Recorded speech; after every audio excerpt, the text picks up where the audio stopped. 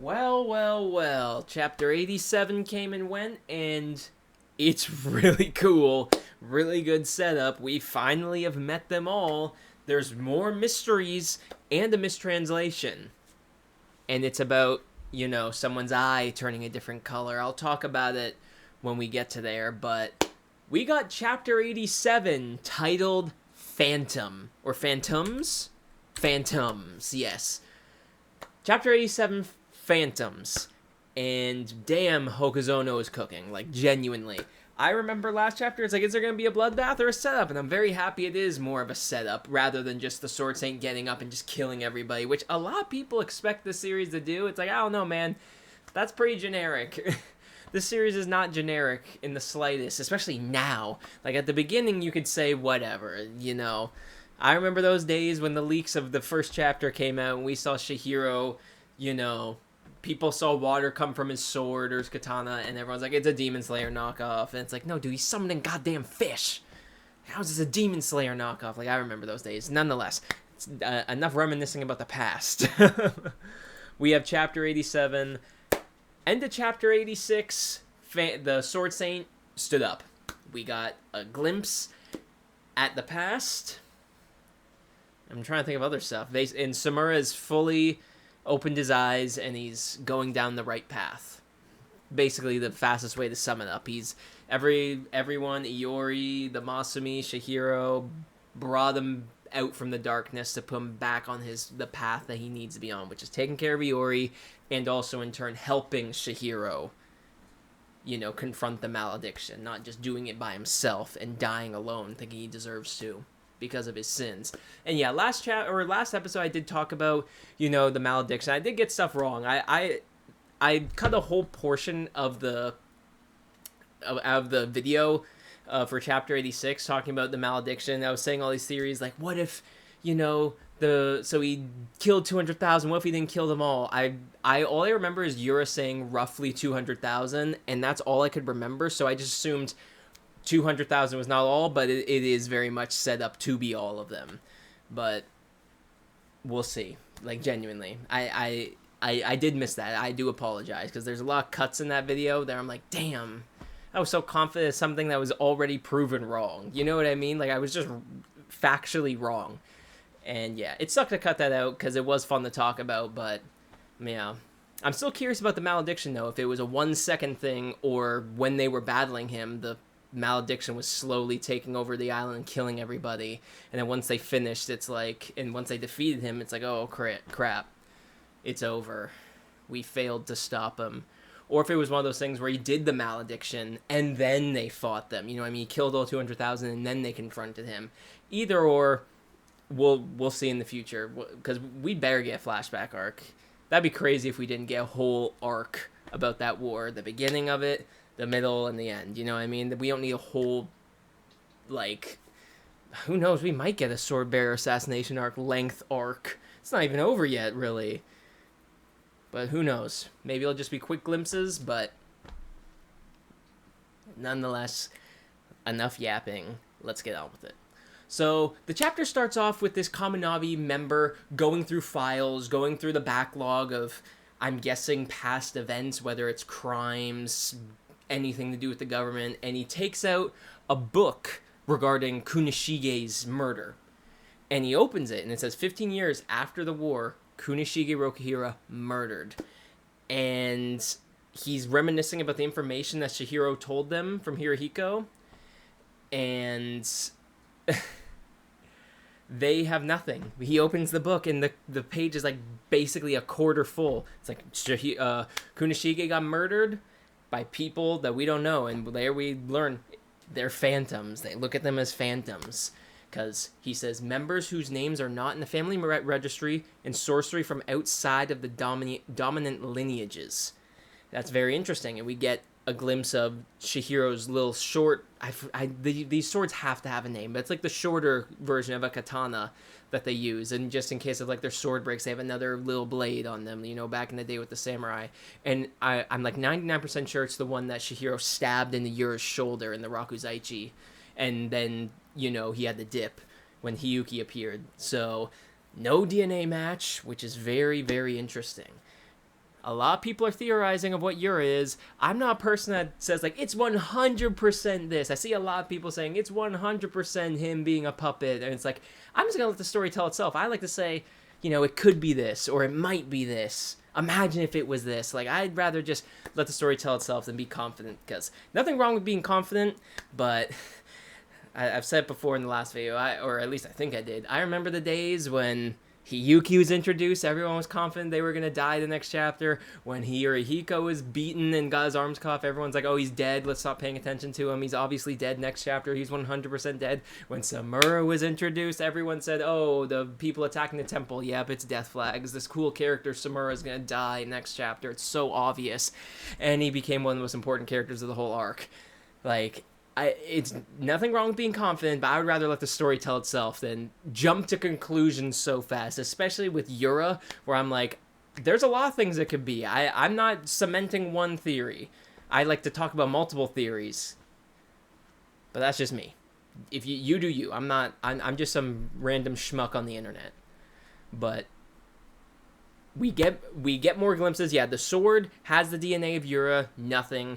The pine tree lineage, or the pine tree sorcery, has no family dominant lineage in Japan. Same with the crane sorcery. So it's very, very, very curious.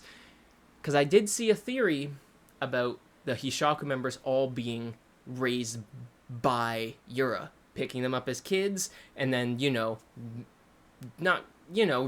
raises them to join part of the Hishaku. He raised the Hishaku when they were kids, built them up to be who they are. But Hirohiko obviously was not part of, like, a lot of people might think, oh, it's the kids of the Shokoku Island. I think it's very much plausible that Hirohiko is not from the island, because the one glimpse we saw of him as a 3-year-old when he bit that guy to death, he looked like he was in an alleyway, and the dude was wearing a suit, so it was probably in some, like, a Japanese city. So I doubt he's from the island, but I would not be surprised if at least some of them are from the island. Not all of them, though. I definitely think people like Hirohiko are definitely not from the island. Let's move on. And he's thinking back on Kunishige's murder, and says a wide age range, yeah, the skills to pull off Rokuhira Kunishige's assassination. Now, it was just 3 of them there, and even this guy's sweating, like, who the hell are these guys? He's thinking about the mark. It's like, this is all we know of them. The members' relationships to each other, their backgrounds, almost everything about them is shrouded in a thick fog.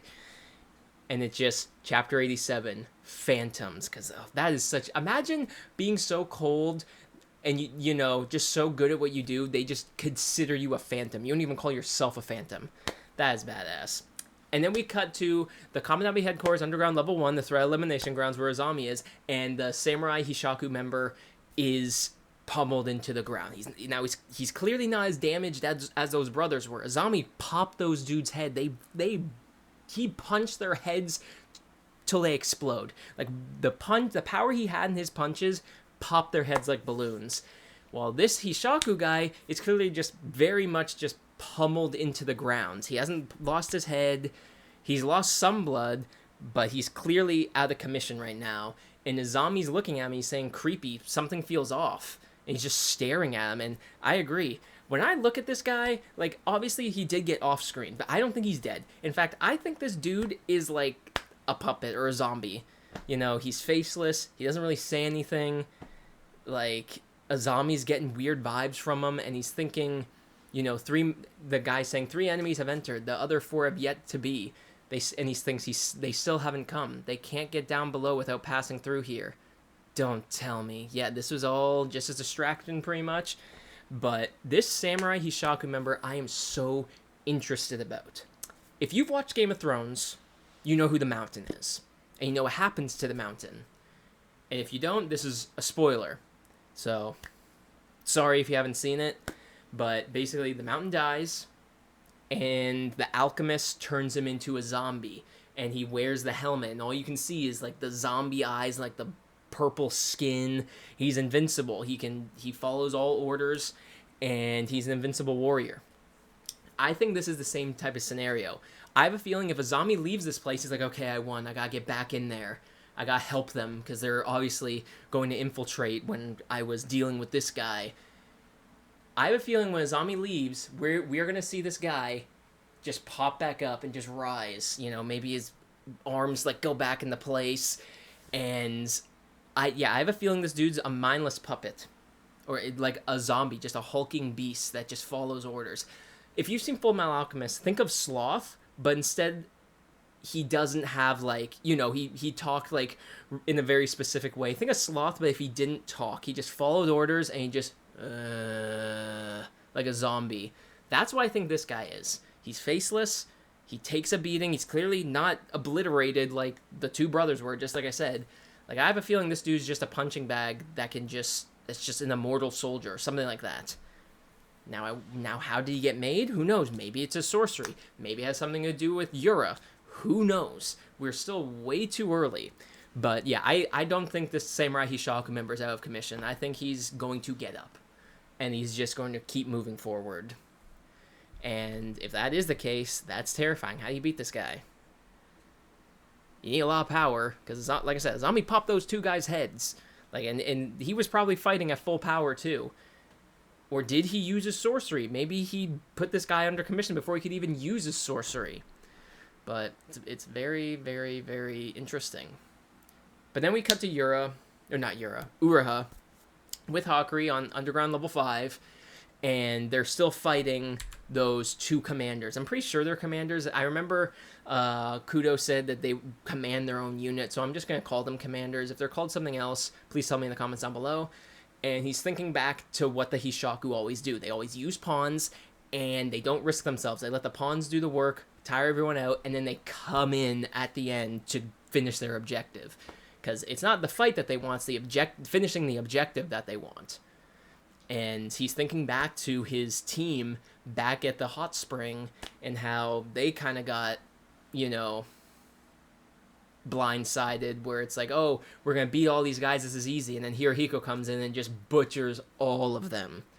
Like, they know what they're doing. And those are also Daten Seki users. These two aren't Daten Seki users. They are Kaminami officers. Like, they are not just some weak sorcerer. Like, they have positions in this military. But then we get a glimpse at the remaining Hishaku members, and holy shit, I love their designs. I was one of the people that thought the tie on the bald dude's head was his hair. I didn't realize it was a tie, and I felt so dumb in my live stream. I was like, oh, this guy has Skrillex hair, and it's like, nope, he just has a tie, and I'm just stupid. But we get the last remaining ones, and we get to see the face of that female Hishaku member from Kunishige's death. And I love her design. In fact, she looks like she's from One Punch Man. Like, the way her eyes are drawn, it looks like Murata drew her. And it would be awesome in the future when Kagurabachi gets bigger and bigger, and it gets that, like... You know when manga creators do, like, for an anniversary of a series, and they, you know, what's the word? I don't know, I'm not even going to try to say the word without, because I'm going to sound like an idiot. But they basically, for an anniversary of a series, they draw that series in their style. We just had it with Ronori Kenshin, and we're going to be getting it with Black Clover for its 10th anniversary. And all, like, the big, like, Oda, Kubo, and Kishimoto are doing it. The big three are putting in, like, an art submission for Black Clover. It's like, hell yes. And Horikoshi, like... when Kagurabachi gets to that level in the future, and we're going to get other artists drawing Kagurabachi in their style, I have a feeling Murata will draw this female Hishaku member, because it already looks like it's drawn by him. Like, genuinely, she looks like she belongs in One Punch Man. But we get the newest, well, not the newest members, but we get the newest revealed, and we got all 10 of them now. We have the bald dude with the sideburns. We already got the dude with, like, the... you know, his collar covering his mouth. We get this new kid who has a bandage on his face. Wonder how he got that. Maybe Yura's abusing him. Who knows? And we get the female Hishaku member that was faceless. And I do wonder, in the anime, are they going to show her face? Because we never know. The manga could have hidden her face for, like, mysterious factors for people to want to keep reading, just in case if it got axed. But who knows? Maybe he'll be like, no, just show her face. Like, my series is already...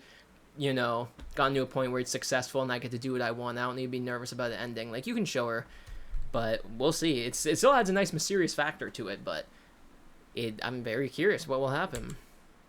But we get this new kid, and he's yawning, and the female Hishaku member straight up says, "You yawn, that's proof you're nervous." And her intuition's really good, because he says, "Oh no, I'm not nervous, I'm just yawning." But we learn in that bathroom scene that Yura realized that he was nervous, and so she's right. Her intuition of people and on the battlefield, I'm guessing, is very good, to the point where it's like, oh, this guy's yawning, and she's like, oh no, he's actually sleepy.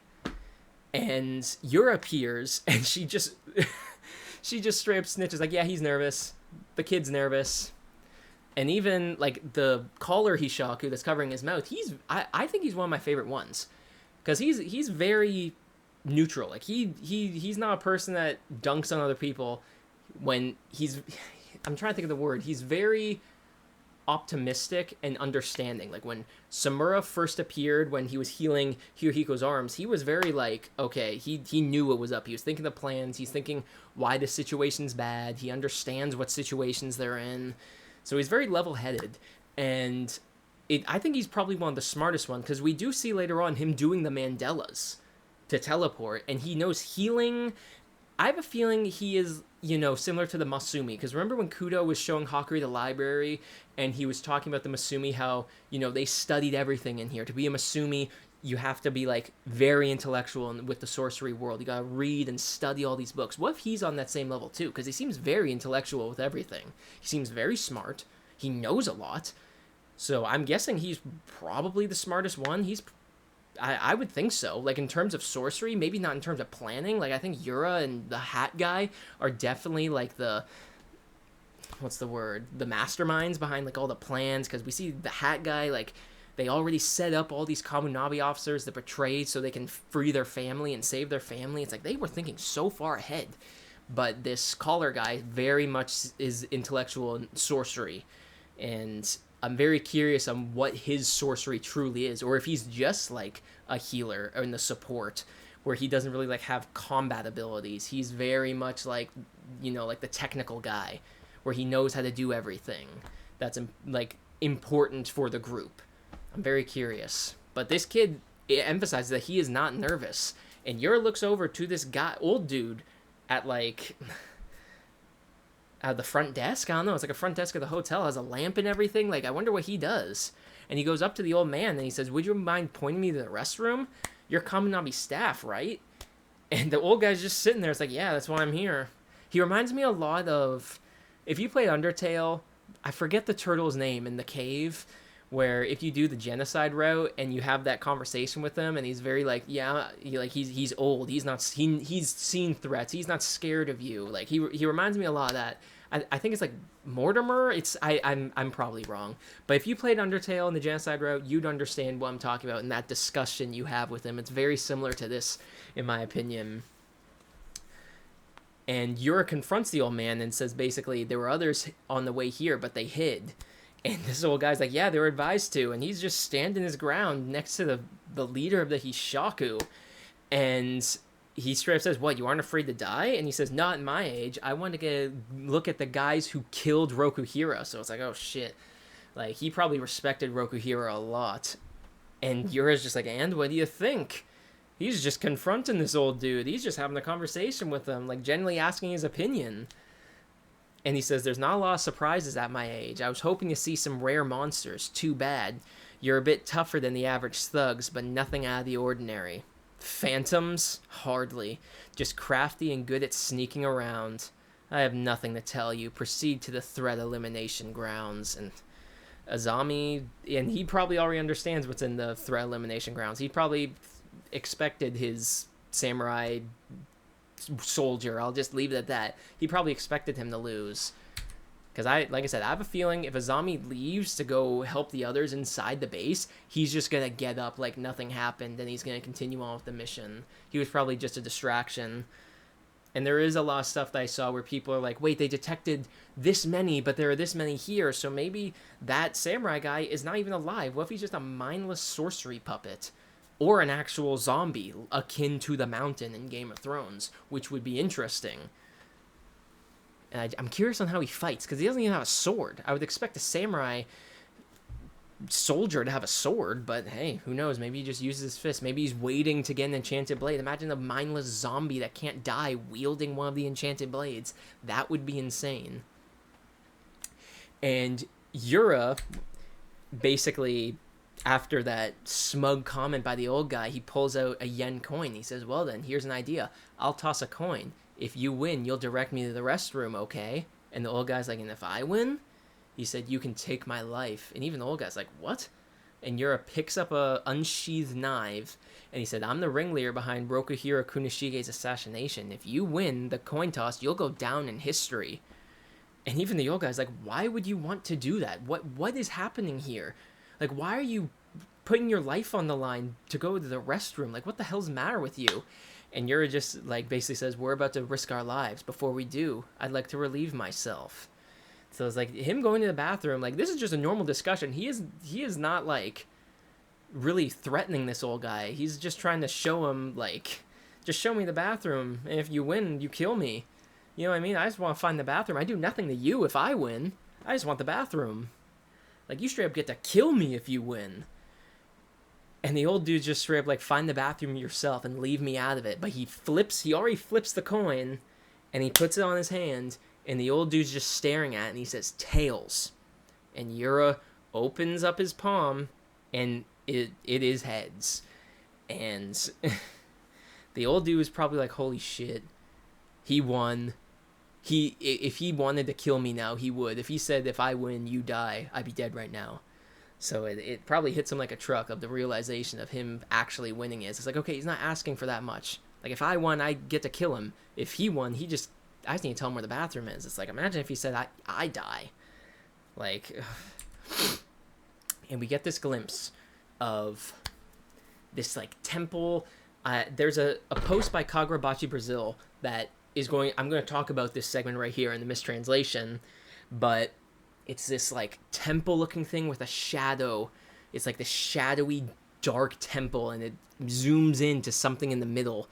And we cut back to Yura, and his eyes black, similar to the Sword Saints.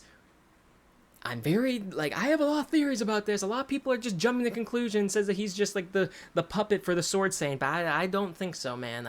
I don't think so at the moment, at least. If it's very much teases and foreshadows that, then I'm like, okay, it's very much saying up to that, so they were right. But to me, I don't think he's a shadow puppet. I think he just understands getting the black eyes, like, what that entails. Like, my theory on the black eyes is, like, bloodlust. Like, he understands something to do with bloodlust. Like, either since he wants to wield the Magatsumi, maybe he is connected to the Magatsumi, because you gotta remember, the Magatsumi is kind of connected, can be wielded by anyone. They just can't use the full power. But when you wield it, it kind of, like, takes you over. So maybe he's, like, connected to the bloodlust, and just like the Sword Saint has the black eyes, and he's very much consumed by bloodlust using it, maybe Yura's able to, you know, control that bloodlust as well that's emanating from the Magatsumi. Who knows? That's just a theory, that's just me rambling, but who knows? But in the Viz translation, he says, I knew it. Today, the gods are on my side, which is apparently a big mistranslation. I'm going to read out his tweet right here, if I can find it. It's right here.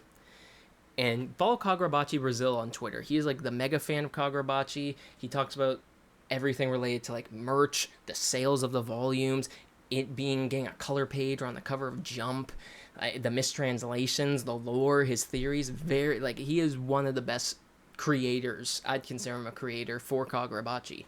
He puts on, like, cool events with the fans. Like, he is very much in love with this series, and it very much shows. If he's watching this, like, genuinely, you are one of the best super fans. Like, I don't care if it's considered glazing. I don't give a fuck. Like, I'll just say that now. And for tweets like this, talking about the mistranslation, like, this is why he's also a huge super fan, which I love, because I wouldn't know this any other way. And I'll just read out what they kind of got wrong. He says, the translation, makes it seem like in a moment of pure luck, Yura happened to win the coin toss, but what we actually see in the scene, combined with the original Japanese, completely changes the tone. We see the entrance of a Shinto shrine, which is obviously the thing in front of us with the huge ropes and the darkness in the middle, which includes Ashimi no Wara, the thick braided straw rope at the top of the image, marking the division between the profane and the sacred, commonly found on torii gates or at the entrance of shrines and purification areas. Now, I do wonder if this is like actually somewhere in the world, or if this is like a figment type thing where it's like a symbolism. Like this is, again, I don't know if it's gonna happen, but like this is like a spirit in another realm that's in this shrine or embedded to this shrine, or this is what they not possess, but what's connected to them. Ashide, the white zigzag paper streamers hanging from the rope, which are purification talismans meant to ward off impurities and evil energy. Suzu and Ofusa, the hanging tassels or fringes, decorative and spiritual elements used to draw the attention of the kami, spirit/deity. And the fudas, the talismans, ofuda as another word, passed on the pillars and surrounding areas, usually inscribed with sacred text, often containing names of deities, protection spells, or invocations. Sorry, I don't know why I struggled on that word. Then we see that there appears to be something lurking in the darkness within the shrine's doorway. At the very moment, Yura's eyes change, and he says, in literal translation, I'll just sum up what the correct way is. He says, so the translation should have been something along the lines of, just as I thought, today, a god is possessing me. That changes the tone of what it is completely. It's crucial that this phrase is presented in its proper context because it implies the presence of a kami in Kagurabachi, which, again, spirit energy, most of the time there are spirits or gods. I am not surprised if this is the case. At the moment, Yura and Kensei's, which is the Sword Saint, Yura and the Sword Saint's eyes become identical, which may suggest that the corruption of the Sword Saint, the one whom Kunishige trusted the most and who committed genocide, may have happened for the same reason. A kami possessed his body and used Magatsumi to slaughter 200,000 people. And at first, the old man at the gate said that his age, nothing surprises him anymore. He said he expected monsters when he heard about the Hishaku, but in the end, they were just regular people. Good at hiding and running, not phantoms. Yeah, he was not threatened in the slightest. He thinks he's seen everything. However, after witnessing Yura being possessed, the old man's expression completely changed. He's in shock. Stunned, that's when he asks Yura, what the hell are you? And yeah, the next page he straight up says, the restroom's that way. What's with you? Like, what the hell are you? Now I'm living up to your expectations. And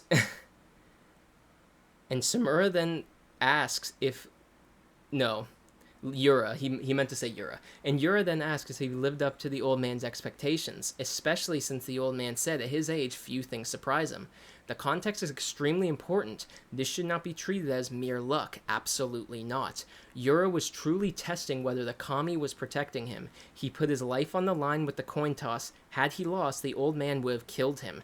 But the kami ensured he would win. It was a test because he was going to teleport where the Kensei is. He needed to know if he was truly protected, and he is. Yeah, that adds so much of a different perspective. It's not just luck. He's straight up like connected to a god that is not going to let him die. That was like a straight up test. Like, it's like, oh, okay, if I win, you tell me where to go to where the bathroom is. But if you win, you straight up get to kill me. And that would probably be like the god he's contracted with be like, oh, okay, I'll show you. I'm still on your side. You're testing me. And he does it, and he wins, and his eyes turn black. I'm very curious. Again, this god that he is connected to, and the Sword Saint is also connected to, is it related to the Magatsumi? If my theory is correct that there are gods, not just yokai, gods that blessed these enchanted blades from another realm, I don't think gods or spirits are the swords. I think they just have the properties of their powers that the gods blessed on the swords. So I don't think it's like a Zanpakuto thing where like all the enchanted blade wielders can talk to the gods. I think it's just they're able to wield the sorcery and the power of gods that blessed that sword.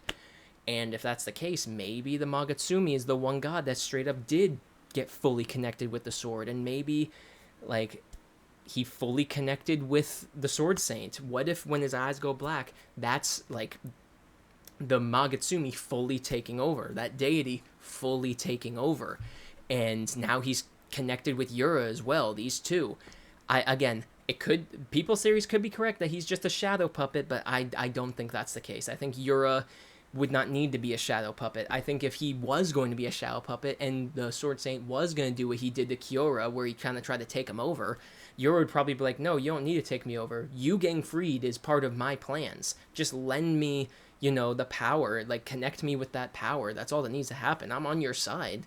Like, my plans are literally connected to you as well, so you don't need to take me over. And then they realize that. It's like, oh, okay. But I'm very curious on what the black eyes mean. Maybe this is a deity of bloodlust, of killing. Because I do think Yura mentioning bloodlust to Samura, that his bloodlust has not subsided. I think that is a big connection. And if this deity that's in that shrine, that's like observing what Yura, did, the bargain that he did with this old man, I'm very curious. I'm very, very, very curious. Because if that's the case, are all the, is anyone else connected to a deity? Was the first monarch of the Sazanami clan connected to a deity? Like, you know what I mean? It's very interesting stuff. Because I'm very, very curious on what came first, Iso or the storehouse.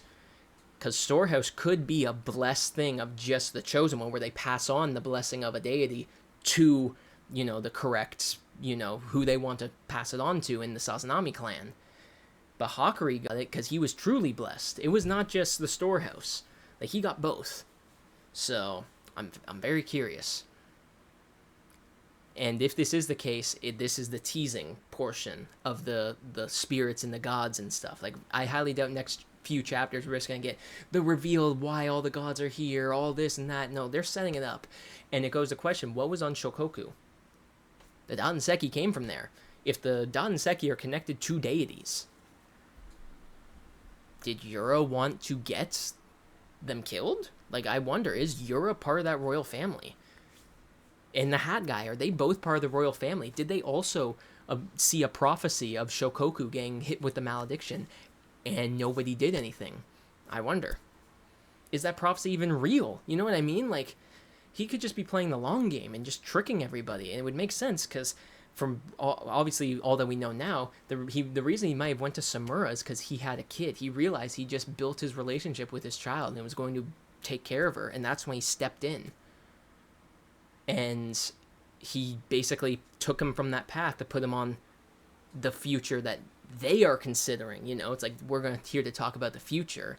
So now Samura's like, okay, this is the future that I have to worry about. But then again, it's Shihiro's future he joins rather than the Hishaku's. Killing the Sword Saint and dying by himself is not the path. It's Shihiro's path to destroy the Shinuchi and to stop the malediction. Again, I could talk about that for so long, but this panel with the black eye, like, I'm just so curious about the Sword Saint. Like, genuinely. Because this deity seems to be attracted to the Sword Saint and Yura.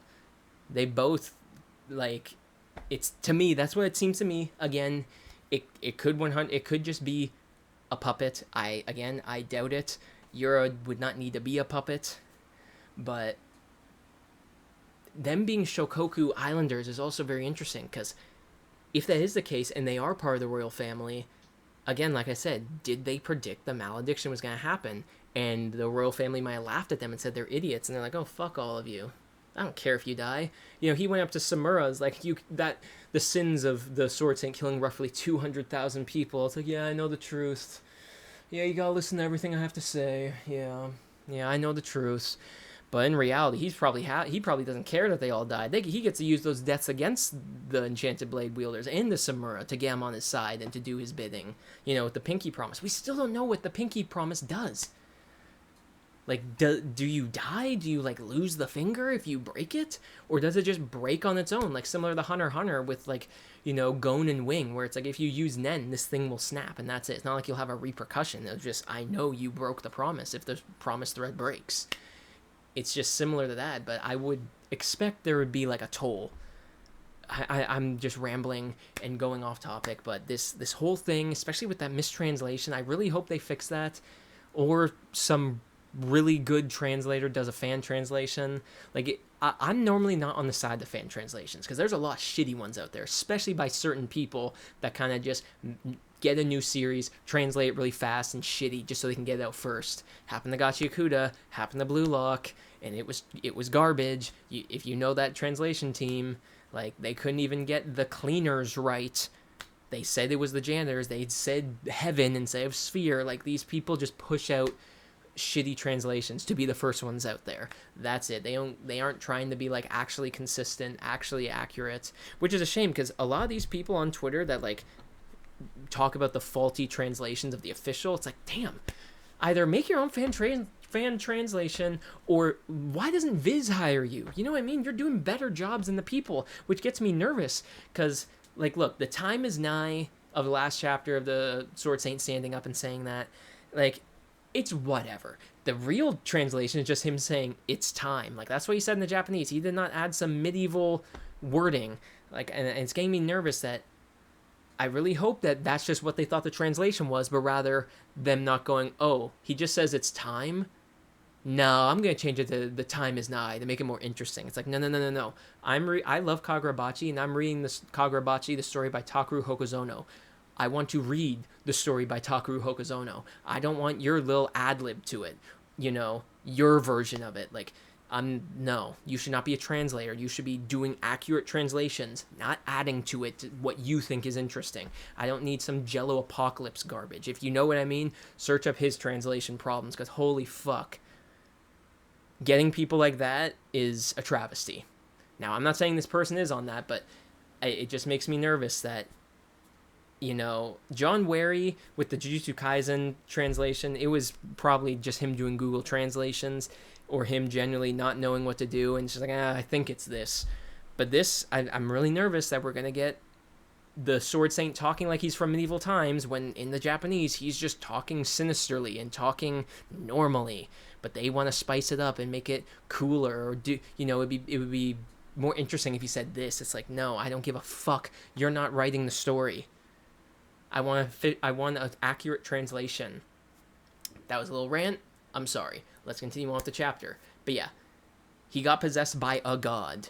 Not just the gods are on my side today, but that I also took that as, like, the deities are watching over him, and not just luck, but hey, a god possessed him, or is possessing him, and is kind of contracted to him. Maybe you can get contracted to gods themselves, kind of like being contracted to the enchanted blades, which will probably be the essence and powers of gods, not the gods themselves, but like them marking the Dattenseki with their essence to then be contracted to it, while Yura is fully contracted to this deity, and maybe the the Sword Saint is as well. He not only has the wielding the power of the Magatsumi, but he might be contracted to the full deity, which might be a very dark deity. Like, this, I wonder where this shrine is. Is this in our realm? Is this in the god's deity realm? And if it is this like a lower dark realm? You know what I mean? Where the evil the evil gods are, to put it very simply. But, because they're in a dark place, and guess who else is kind of in a dark place? The Sword Saint. So, dude, if the deity is actually possessing the Sword Saint, he's in here, which is just a dark temple, and he's sitting in the real world in a prison cell for 18 years. That would be crazy, but I'll let the story tell itself. I'm not jumping to conclusions. It's just rambling and theories. Excuse me. Did not mean to do that. But, alright, let's go back to it. The old dude says the restroom's that way, and he's like, what's with you? What the hell are you? And Yura just looks at him and is like, now am I living up to your expectations? Because I got God possessing me. I got God on my side that's not letting me die. Like, I definitely think it has something to do with bloodlust. I don't think he's just getting fully possessed. I think the bloodlust, the black eyes, is like the culmination of the power of that bloodlust. That's just my guess. We'll get there. And this new kid with the bandage, he says, I'll go too. And he goes in the urinal right next to Yura, which is funny. And he says, dang, I can't go. And Yura just says, nervous? And he looks at Yura and says, you don't get nervous, do you, Yura? Again, that female Hishaku member called him out immediately. The moment he yawned, he's like, oh, you're nervous. So maybe they fought on the front lines on the Shokoku, in the Shokoku War. Maybe they know something what happened to the first people that invaded on the beach that were like mindless zombies. And I'm guessing that's like, again, I said in the previous video, we did see the random sorcerers kind of start losing their mind and be acting like brainwashed zombies. I'm guessing that scene we saw where they invaded and they're like covered in like the black essence and they kind of have like foam coming out of their mouth and they're looking like savages. I guess that's the full like manifestation of that like mind losing state. But the ones at the temple was like the beginning of it. If they didn't get killed and they kept being in that state, they probably would become like those invaders. But we'll see in the future. And basically, yeah, I'll go back. You don't get nervous, do you, Yura? Sure I do. Especially today. We might die after all. Is he, though? Like, that coin flip, that deity seems to be on his side. But he says, but I don't hate it. Nervousness precedes victory. Besides, there's nothing to worry about. You're the strongest fighter here. And when I hear that, I get very excited and very interested. Because this kid seems young. He kind of looks like he goes to school. Like he's got like the high socks with his loafers. Like he looks like a student. Like he looks like he should be going to school, but he's part of this group that's confronting the sorcery world, basically. And what does he have? Tell me in the comments down below what you think he has. When I hear this, I get flashbacks to, I'll go to the first the first volume. When she appears, you know who I'm about to talk about. And there's also a thing with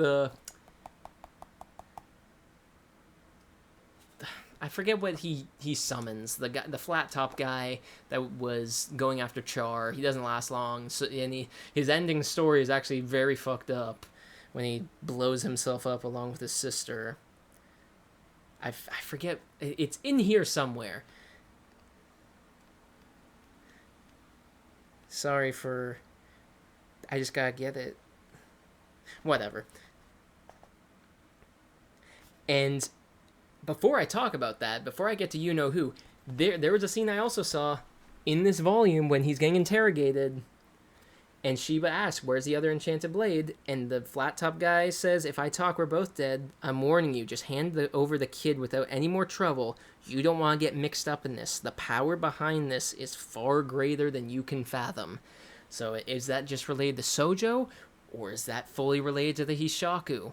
That could be teasing the deity stuff. Like, they're connected to gods. They're connected to dark gods. You know...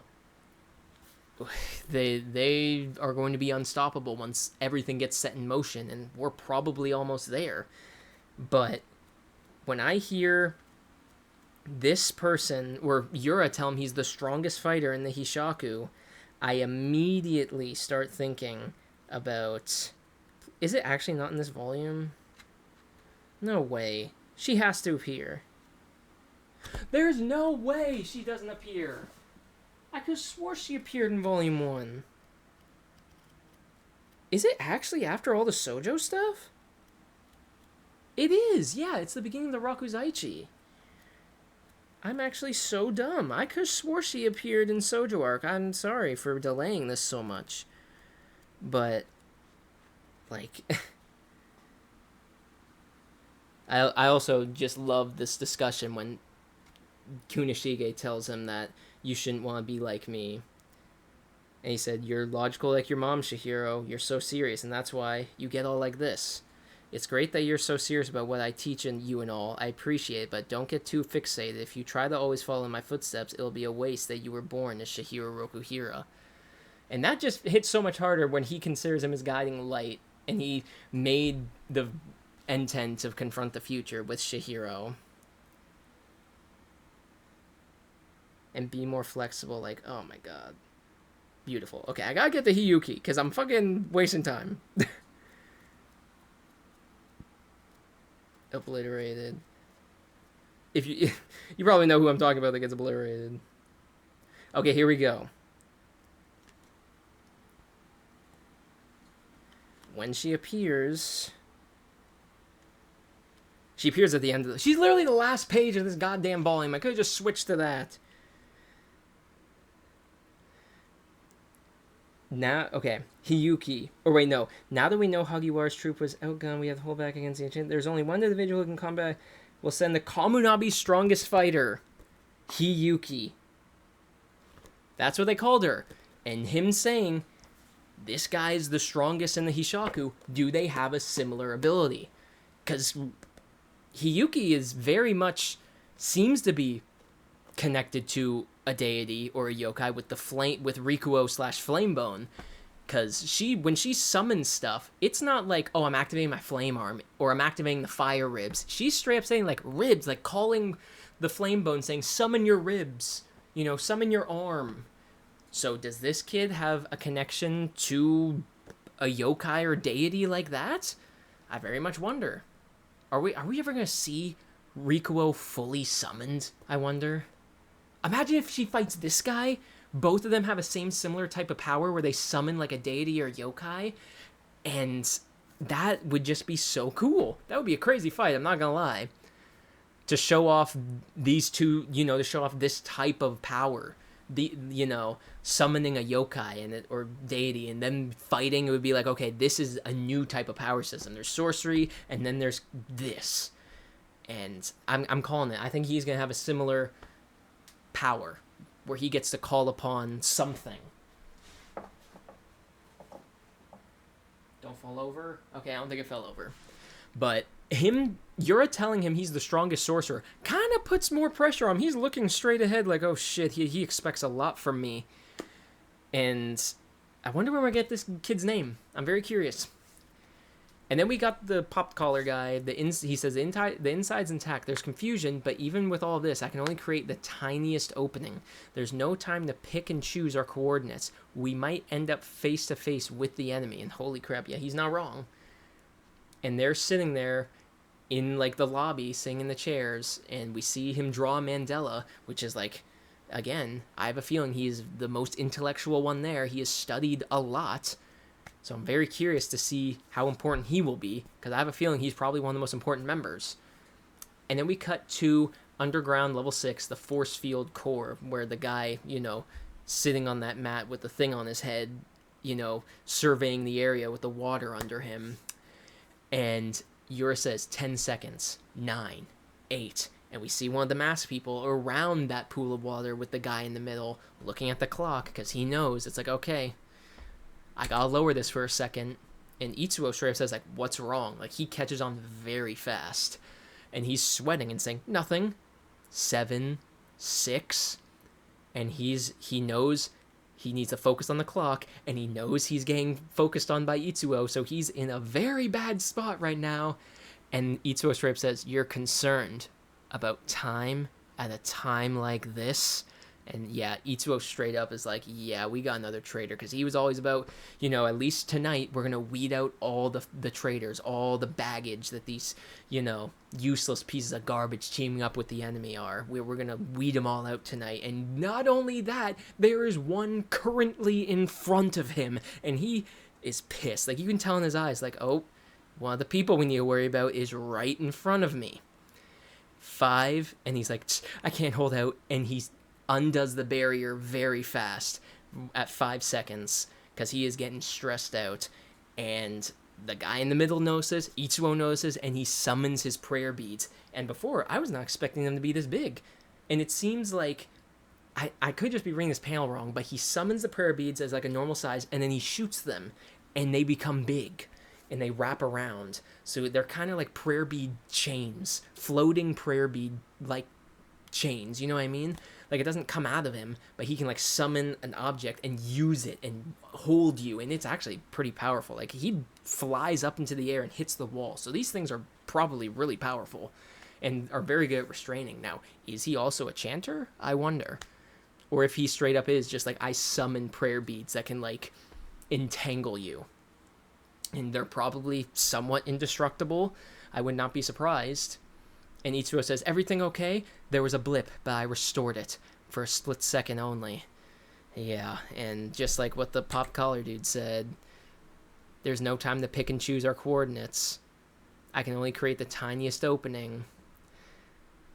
But that blip was enough for them. And we see them disappear, and we see a ring of like, not smoke, but like maybe dust, like the wind is like pushing because they're about to summon, and they appear right behind Hakuri, and they have this badass panel of them just back to back to back. And I'm very curious, are they all gonna split up? Are they all gonna confront the enemy together? But this panel goes hard. Like, the Hishaku are badass, I'm not gonna lie. Even the bald dude, I'm very curious what he can do. Because he looks tall. Like, he looks like a lanky dude. Like a tall... I don't know what else to add, you know what I mean? But, you know, his hair's interesting. His sideburns are interesting. But he might be like a powerhouse. I'm very curious on what they can do. Because, you know, I'm going to continue and talk about what might happen next chapter. Because something at the end. And the pop caller said, this isn't the time we said. But the female Hishaku member says, but you adjusted. Good job. Again, he is very intellectual. The split second that it went off, he's like, okay, I gotta do it now. So he's intellectual. I'm going to say it a million times. And he's like, yeah, well, we'll have to pick up the pace. But they end up in front of the enemy. And Hakuri. Which I guess he's considered an enemy, but they might need him. The storehouse is pretty damn valuable. But who knows? And Uraha turns around and he's like, oh shit. And Hakuri, that emblem, it's the Hishaku with this many. I'm armed this time. It's okay. Yeah, he's got a sword. Like, a lot of people are going to say he's going to get blitzed, but I'm sorry. Iaiway Purity style is very strong. It is very strong. Normally, there's only one kind of spirit energy inside a person's body, or in a person's body. If you seal an eternal contract with an enchanted blade, the price you pay is losing your original sorcery. With your eternal contract broken, your whole nervous system is trying to regenerate after being distorted for 18 years. And Uraha says, it's been close to 18 years, but I can help. And Yura's looking at Uraha, and he's like, oh shit, he's got his original sorcery back. Like, he knows what's up. He knows what his body is like, but he also didn't know that he was alive. Yura's probably like, oh shit, Samura healed him. And, you know, I think, I believe in Uraha, but we get a glimpse of the picture with Uraha and Kunishige, you know, him posing, you know, that person means a lot to him, the guards mean a lot to him, and that one guy with, like, the bandana said, I'm counting on you. And Uraha lifts his finger, and he says, it's finally my turn. Because he didn't really get to confront the Hishaku because Samura betrayed them. But now he's alive, he's got his original sorcery back, and the leader is in front of him. I'm very curious what sorcery is, because we see, like, something on his finger start to, like, pull apart. Or, I don't think pull apart's the right... It's summoned. Something is emitting from his finger. That's a better way to talk about it. Is it fire-related? Is he about to shoot, like, a fire spirit gun? Like, I'm very curious. Could it be integrated with Iaiway Purity style? Like, there are so many possibilities. I don't think Uraha's dying. Uraha is strong. I don't think he's just going to get speed blitzed. You know what I mean? Like I said, Iaiway Purity style, that's the reason why Samura was so OP. Obviously, he doesn't have an enchanted blade, but even without an enchanted blade, he could still probably do some damage. And now he has his original sorcery, which, again, he is putting his finger up, like, pointing a gun. It could be like a fire blast out of his finger, similar to Yu Yu Hakusho, which, again, a lot of people think of, like, Bleach or Jujutsu Kaisen with the spirit energy. I think of Yu Yu Hakusho. That series also had spirit energy. And is this about to be an homage to Yu Yu Hakusho? That would be damn cool, I'm not gonna lie. But that's where that chapter ends, and it's a very awesome chapter. We get glimpses of very cool stuff, and we get to see all the Hishaku members and their awesome designs. I see a lot of people clowning on the bald guy with the sideburns. He does kind of look like a monkey, but I'm not gonna lie, it's still cool to me. His ears are kind of like sharper too, but that could just be the way he draws ears. And actually, no, it is just the way he draws ears. Never mind, cut that out. But the female Hishaku member, and I see a lot of people quote that Hokuzono can't draw female characters. That's what he said. I wish I could know where he said that, because holy crap, he is drawing female characters extremely well and very different.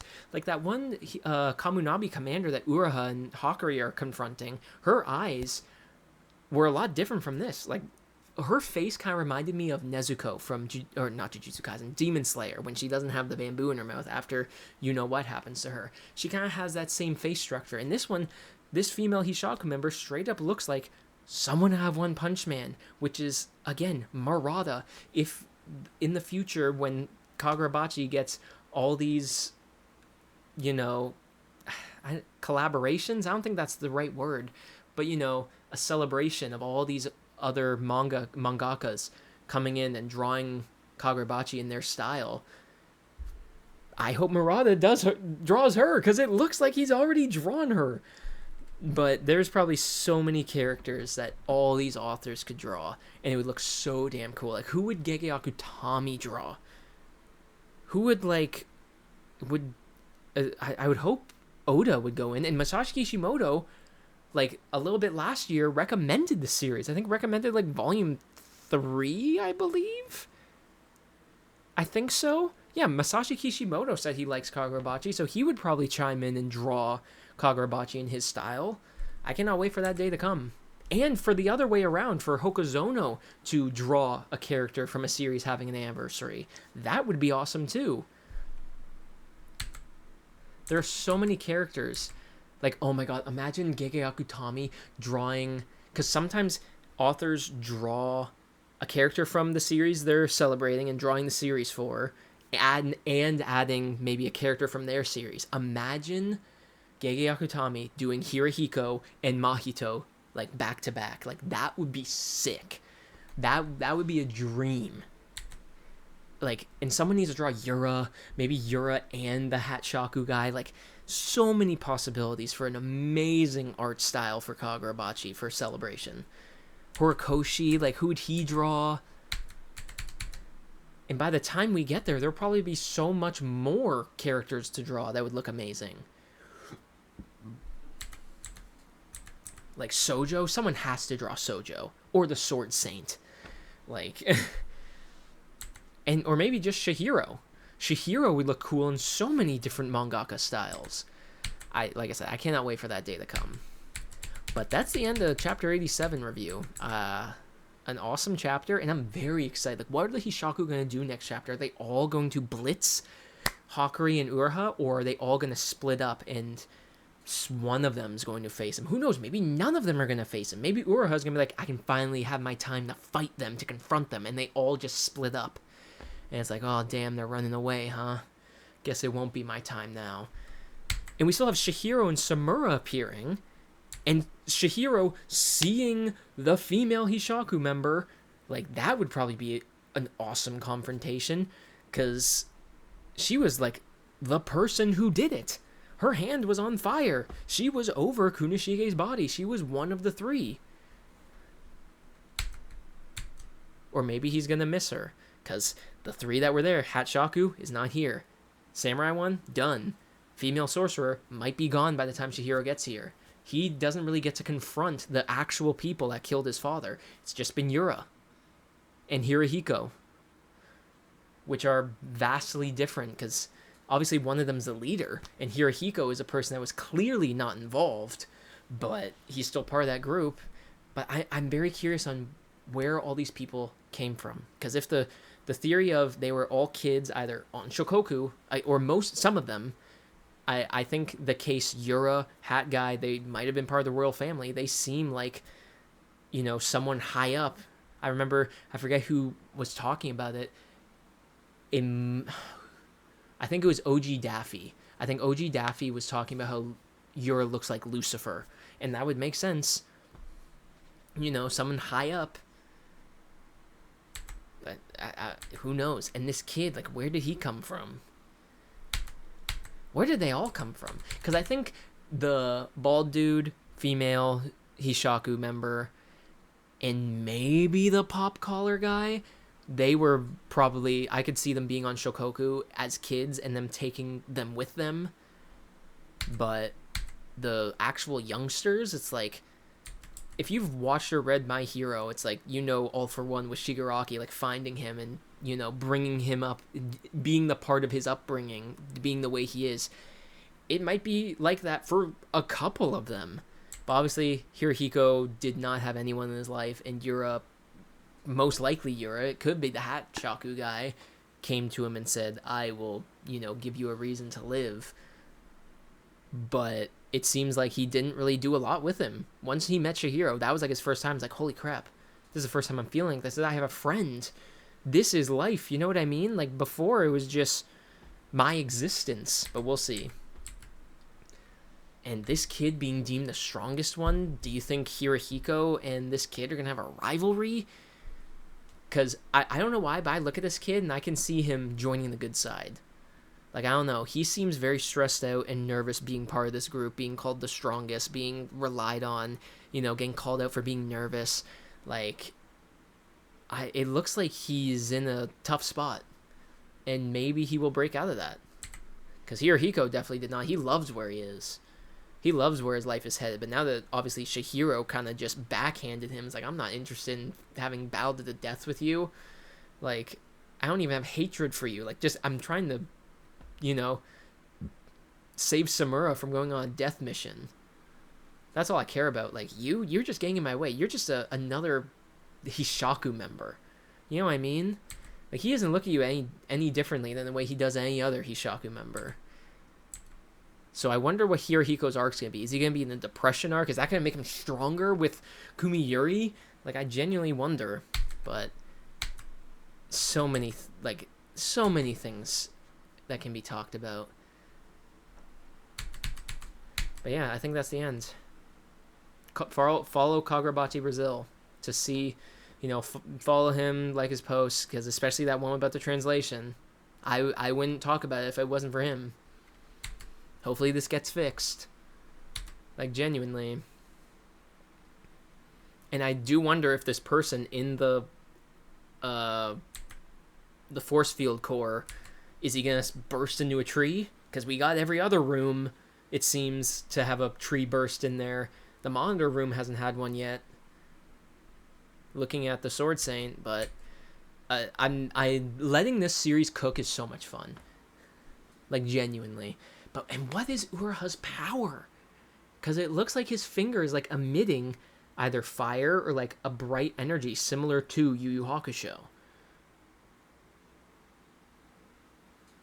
I'm very curious. Tell me your thoughts down below. Make sure to like and subscribe. If you made it this far, I appreciate it. Genuinely.